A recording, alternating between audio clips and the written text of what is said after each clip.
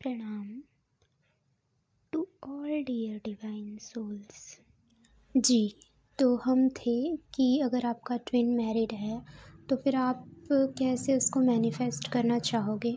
और यहाँ पे जैसे कि थॉट्स भी हैं, मतलब बोलते भी हैं कि क्या बोलते हैं, आपका ट्विन, अगर आपका ट्विन है तो वो किसी और से मैरिज नहीं कर सकता है। अगर किसी और से जो मैरिज कर लेता है वो आपका ट्विन नहीं हो सकता। या फिर आप आपके इनर वर्क से आपके ट्विन में कोई फ़र्क नहीं पड़ेगा।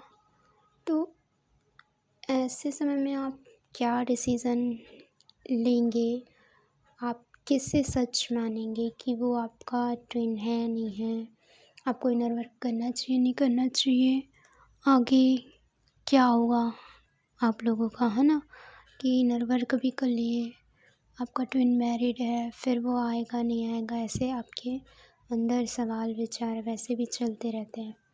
तो देखिए, जहाँ तक मैंने ट्विन फ्लेम्स के लिए पॉजिटिव विचारधारा को सुना है, उनका कहना है कि आपके ट्विन किसी भी बॉडी में हो सकते हैं, किसी भी बॉडी में, यानी कि किसी भी रिलेशनशिप में हो सकते हैं, दूसरे रिश्ते में भी हो सकते हैं। ज़रूरी नहीं है कि आपका पार्टनर ही मतलब कि जैसे कोई बॉयफ्रेंड ही है, या आपकी जिससे मैरिज होने वाली है, या जिससे मैरिज हुई थी वही आपका ट्विन हो सकता है। मतलब ऐसे जिससे मैरिज हो सके, सिर्फ ऐसे ही रिलेशनशिप में ट्विन नहीं होते। ट्विन सोल सिमिलर उसमें भी हो जाते हैं कि सिमिलर बॉडी है, जैसे दोनों फीमेल बॉडी है लेकिन एक के अंदर मैस्कुलाइन एनर्जी है और एक के अंदर फेमिनाइन एनर्जी है, ऐसे ट्विन भी होते हैं। और या फिर मैस्कुलाइन है दोनों बॉडी से, लेकिन एक के अंदर फेमिनाइन एनर्जी है और एक के अंदर मैस्कुलाइन एनर्जी है, या कुछ उनके बीच दूसरा रिलेशनशिप है। तो ऐसी सिचुएशन में भी होते हैं ट्विन फ्लेम्स। तो फिर ऐसे ट्विन क्यों नहीं हो सकते जो मैरिड हो चुके हैं। तो देखिए, जिनका भी ये कहना है कि आपके ट्विन कभी आपके अलावा किसी और से मैरिज नहीं करेंगे, ये विचार सिर्फ इसलिए हो सकते हैं ताकि किसी भी मैरिड पर्सन की फैमिली और उन पे डिपेंडेंट पर्सन की लाइफ ख़राब ना हो, कि वो अपने ट्विन के पास आ जाएं अपनी बाकी की जिम्मेदारी को छोड़कर। और यहाँ का कल्चर अलाउ नहीं करता है, यानी कि सही नहीं माना जाता है इस कल्चर में।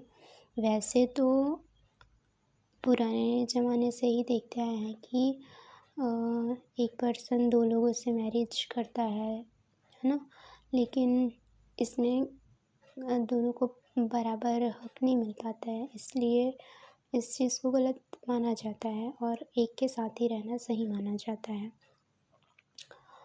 तो जिनकी भी मैरिज हो चुकी है, जिन भी ट्विन फ्लेम्स में किसी एक पर्सन की, है ना, तो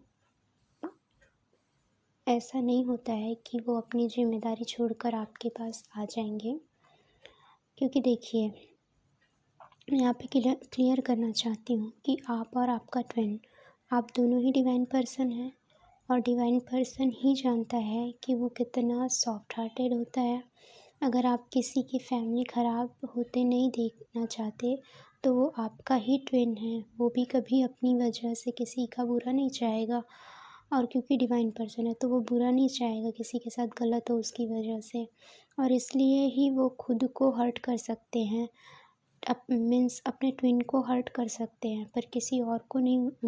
उनकी सोल को पता होता है, कोई समझे या ना समझे, आप तो उन्हें समझेंगे, यानी उनका ट्विन तो उन्हें समझेगा, क्योंकि वो उन्हें छोड़ रहे हैं हालांकि, लेकिन वो समझता है मेरा ट्विन तो, जो मेरा सोल है वो तो मुझे इतने अच्छे से समझता है कि मैं किसी के भी साथ रहूं, लेकिन मेरी मजबूरी, मेरी जिम्मेदारी को वो समझेगा, ऐसा उनकी सोच होती है।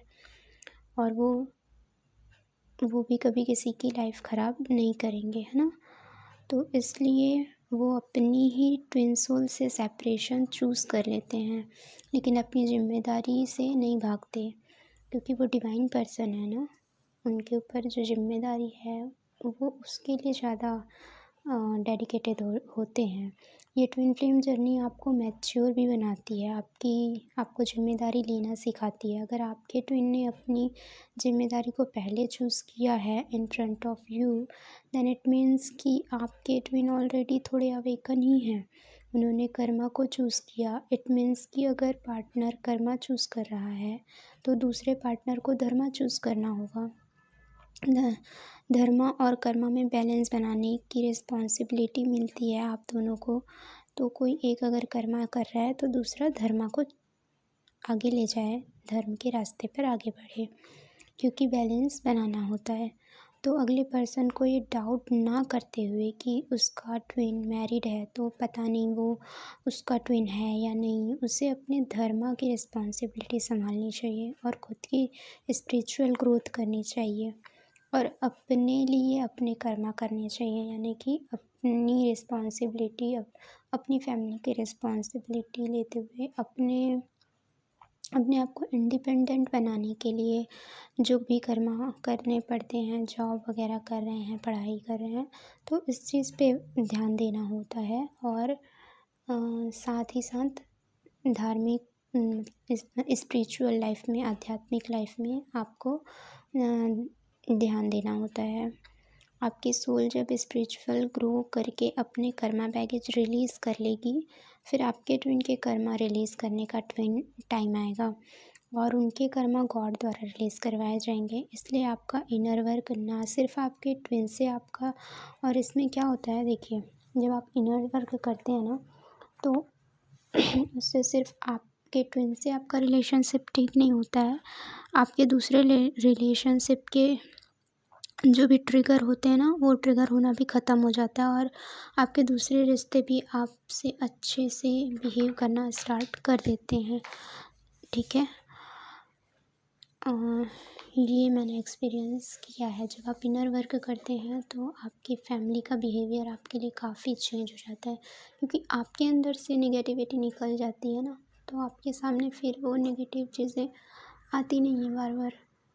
अब आपके सामने पॉजिटिविटी ही ज़्यादा सामने आएगी जब आपके अंदर से नेगेटिविटी रिलीज़ हो जाएगी। तो जब आपका सेपरेशन हुआ है आपके ट्विन से, ताकि आपके अंदर वो चेंजेस आएँ जो एक व्यक्ति को डिवाइन पर्सन बनाते हैं, तो ये गॉड की प्लानिंग थी कि आपको सेपरेट रखा जाए ताकि आप अपना इनर वर्क करें, इंडिपेंडेंट बने। तो गॉड के पास जब आपके लिए पहले से प्लान था, तो क्या उनके लिए प्लान नहीं होगा?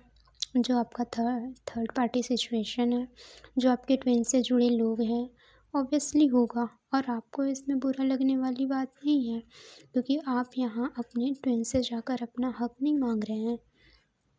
आपने उन्हें फ्रीडम दी है कि वो अपने फ्री विल से आपको या अपने कर्मा को चूज़ कर सकते हैं, और आपने नहीं चाहा तो गॉड की प्लानिंग से उन्होंने चूज़ किया है कर्मा को।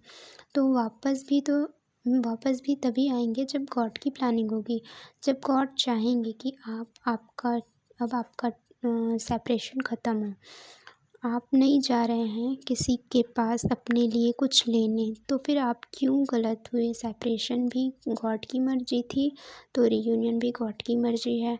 आपने तो सिर्फ अपना धर्म निभाया है, अपने जर्नी के प्रति अपने कर्मों को समझकर अपने सोल मिशन में वर्क किया है।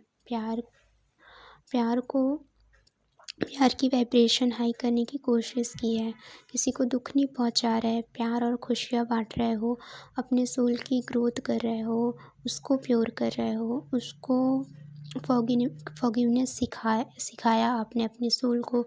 जिन्होंने आपके साथ कभी रॉन्ग किया उन्हें भी माफ़ कर दिया आपने थर्ड पार्टी के लिए भी कोई रॉन्ग थॉट्स नहीं रखे, उन्हें भी आपने ब्लेसिंग्स भेजी। फिर आप गलत कैसे हो सकते हैं?